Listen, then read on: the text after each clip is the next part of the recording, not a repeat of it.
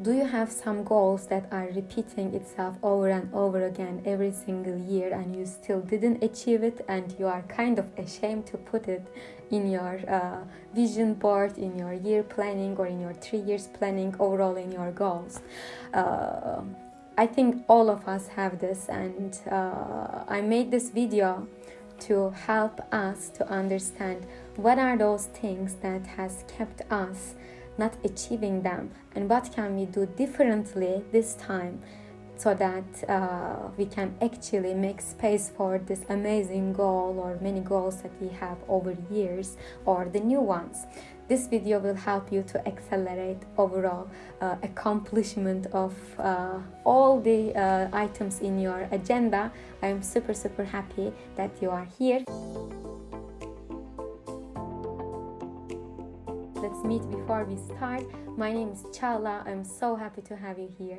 In this channel, we are working on becoming the engineer of our dream life. And instead of waiting universe to deliver it to us, we want to become a co-creator with the universe and set ourselves to success that we want to achieve. Are you ready? Let's start. The first item that you should consider having in your agenda is focusing on a practice that is going to release traumas and emotions that are stuck in your body. We have so many emotions that are stuck, that are not letting the energy flow in our body. Therefore, they are manifesting as anxiety, as anger, passive aggressiveness, or whatever that you call. And somehow they are not allowing the new thing to come in because we didn't process those emotions. To achieve this, you may apply yin yoga, tai chi, qigong, somatic experiences where we are working with our body, where the energy, where the emotions, traumas, stories, ancestral traumas, everything are being stored. Our bodies already has the entire wisdom to tell us where and what is stored inside, whether we know it or not. When we apply these practices, we can also apply dancing. We are actually releasing so much that is keeping us stuck and that is blocking the beautiful emotions that we want to welcome in our body. The second thing that you may want to add into your agenda is detaching yourself energetically. Some people also call this cord cutting. We all have cords energetically in our aura, in our field, that is connecting us with our family, still with our ex-lovers, still with our ex-bosses, maybe sometimes strangers that are passing by. We have cords energetically that is still keeping us attached, even the story is done or still present in our life. And each of these cords are matching to the same chakra. For example, with our mother and father, we may have this cord from heart to heart where it represents love.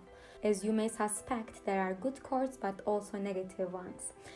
If we are corded with someone negatively, it means that there are some emotions that we still haven't processed. There are some memories that we didn't bring them into a closure, and there are still keeping us stuck, and these are manifesting as a lack of confidence or self-sabotage.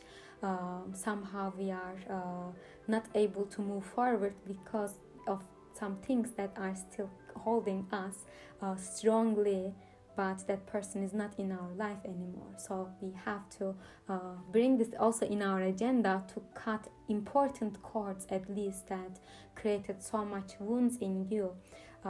How you can do this? There is so many practices. You can just search it on Google, on YouTube, and there are some people that are specifically working on this. You can just check it out. I will also try to share how I am doing, my experiences in the next videos as well. The third practice that you may want to add into your goals is meeting the demon inside of you and showing grace and accepting that part of you. Yes, I am talking about shadow work. This is a psychological concept that involves exploring and integrating our shadow, suppressed version of ourselves that we keep denying, we are ignoring, and we kind of put it aside. These traits like insecurity, perfectionism, fear of rejection and judgment, and so much more. The more we deny, the more we ignore this part of us, this part of ourselves is getting bigger, getting stronger, and actually really strongly holding tight to us to not take that action and not achieve. And it manifests itself as fear and as all the blockages and limiting beliefs that are still letting us eat that extra chocolate or don't go to gym that day. It's also that part of us, when someone is talking and you feel extremely cringed and triggered by that person and you really don't like that person's aura. Actually, that is a mirror of our shadow self that is in that person that we see, that is actually mirroring us somehow, because we don't like that part of ourselves.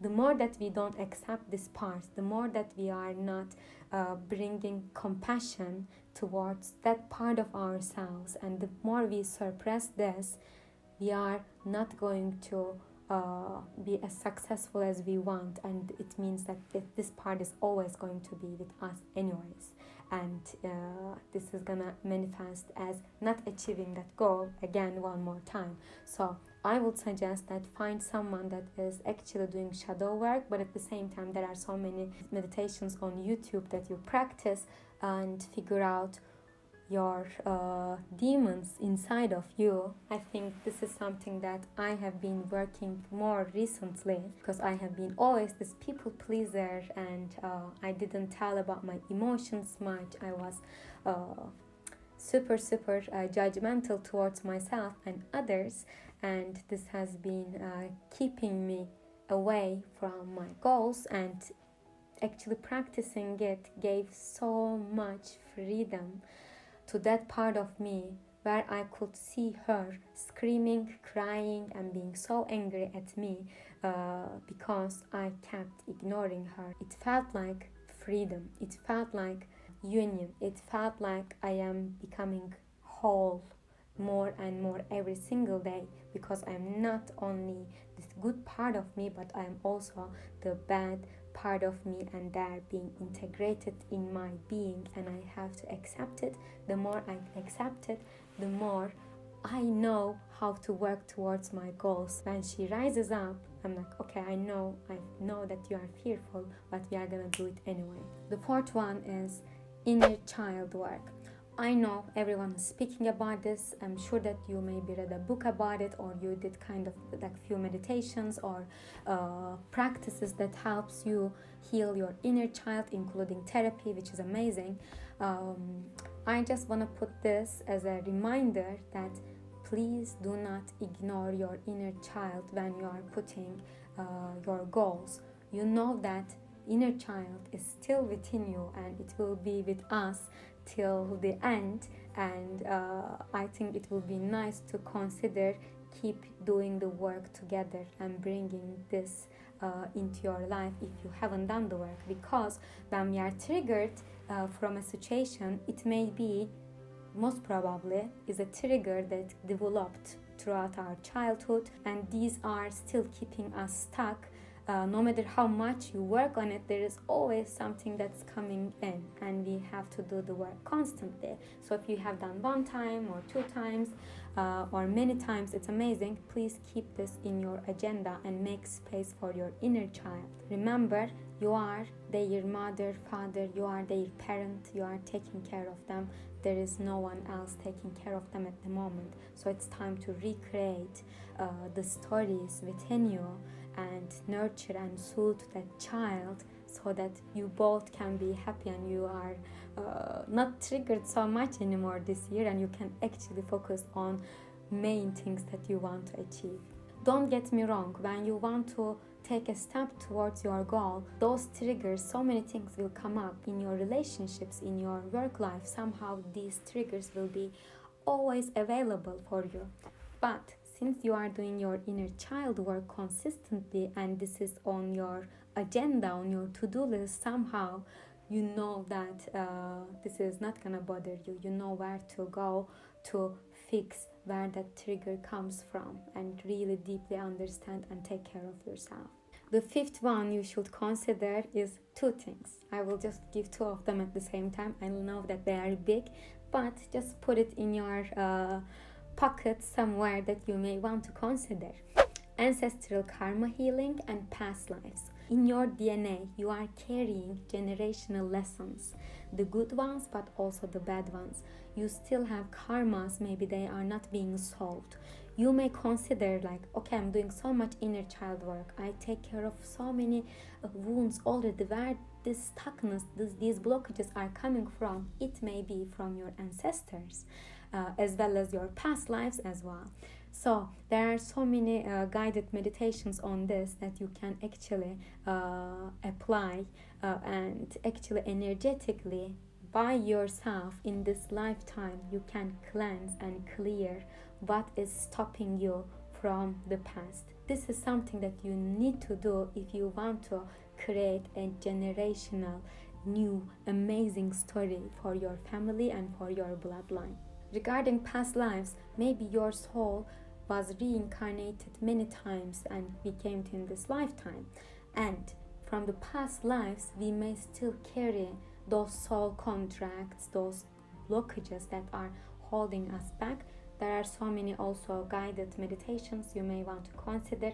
Please keep them in your goals that you want to clear your blockages in this way as well. There are so many practitioners, online free practices that you can apply by yourself, and you can actually make so much space for the new, beautiful, abundant experiences in this lifetime.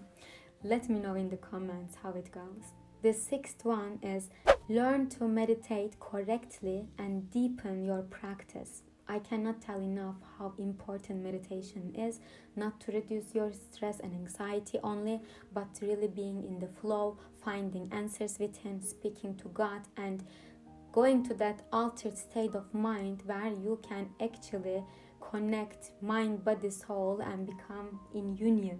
There are so many common mistakes like forcing our concentration, having a really bad posture and still having so much ache and pain that we cannot deepen in our practice, or we are having unrealistic expectations from our experience. I am releasing so many videos on meditation here, and I'm going to offer more meditation classes also soon. Please put this maybe in your top one priority in your goals. The seventh practice is to journal. If you are journaling somehow, it's amazing. Ensure that you are doing it every single day. Journaling is helping us to express our feelings, express our emotions, and let those thoughts, anxious thoughts, so many thoughts in our mind, be out of our mind and be on paper where we can see how we are actually helping ourselves. This is like a self-therapy. I cannot express enough how important it is. You can speak to God, you can speak to yourself, you can speak to your inner child, you can speak to your higher self, you can just express freely what you are thinking of in that very moment. You can keep your goals on track daily, weekly, monthly. Wow, I love journaling. Even writing an agenda is a form of journaling, right? So please ensure that you are investing in yourself every single day with this practice. The bonus one is start learning to talk about yourself, your life positively. Your words are creating your reality, and please rewire your brain for success, for abundance, for beauty, for health. And you are the person that needs to put that confidence in yourself and in your dreams. We are so used to speak negatively about people, situations and things, and this is blocking us. So listen to affirmation videos. I have so many of them that can help you. I am so happy, so grateful that you were here and made it till the end. Take care of yourself, and I am wishing you all the success, all the beauty, all the abundance, love and light life has to offer, and you are able to achieve them once you put the work within yourself, and then the outer world will manifest itself. take care of yourself, and let me know in the comments how you found this. Is there anything that interests you that you may want to try, and maybe you may want to give some suggestions. Until next time, bye bye, take care.